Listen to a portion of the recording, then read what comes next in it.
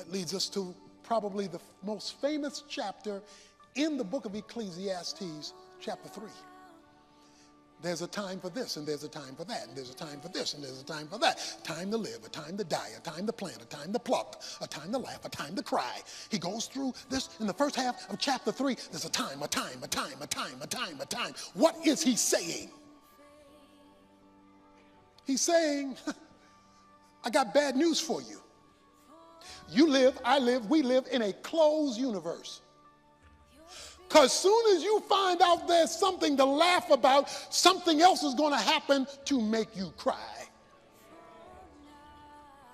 Soon as you find some peace, something else is going to break up to turn it into war. You are locked into a closed universe, and there is no escape.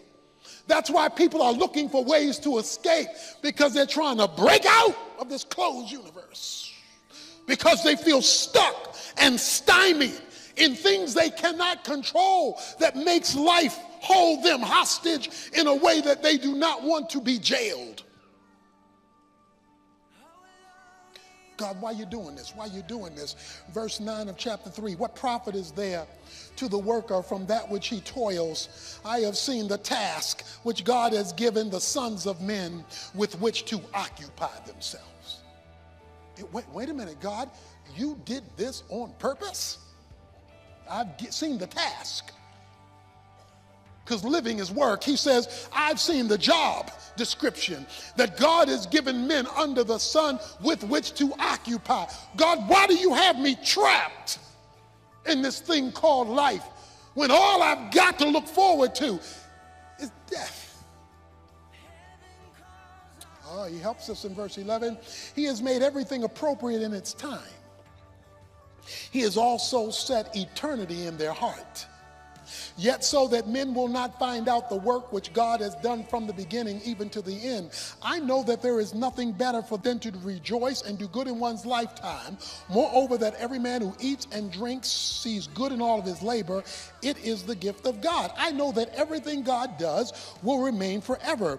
That there is nothing to add to it, and there is nothing to take from it, for God has so worked that men should fear him.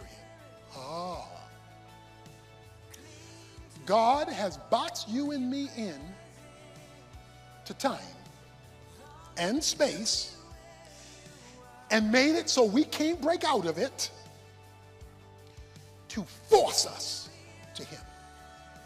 He has set eternity in your heart. Now, you may not know it, but that longing for fulfillment, God said, is a longing for him. That longing for purpose is a longing for him. So he has set within time and space an empty spot that we try to fill with cheap substitutes in order to find meaning that can only be discovered in him, and he did it on purpose. He set eternity in your heart so that deep down where you live with you, unless you cover it over with fake stuff, there is this hole that only he can fill.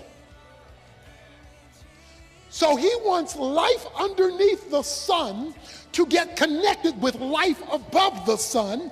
He wants your human life to be connected with God and eternity.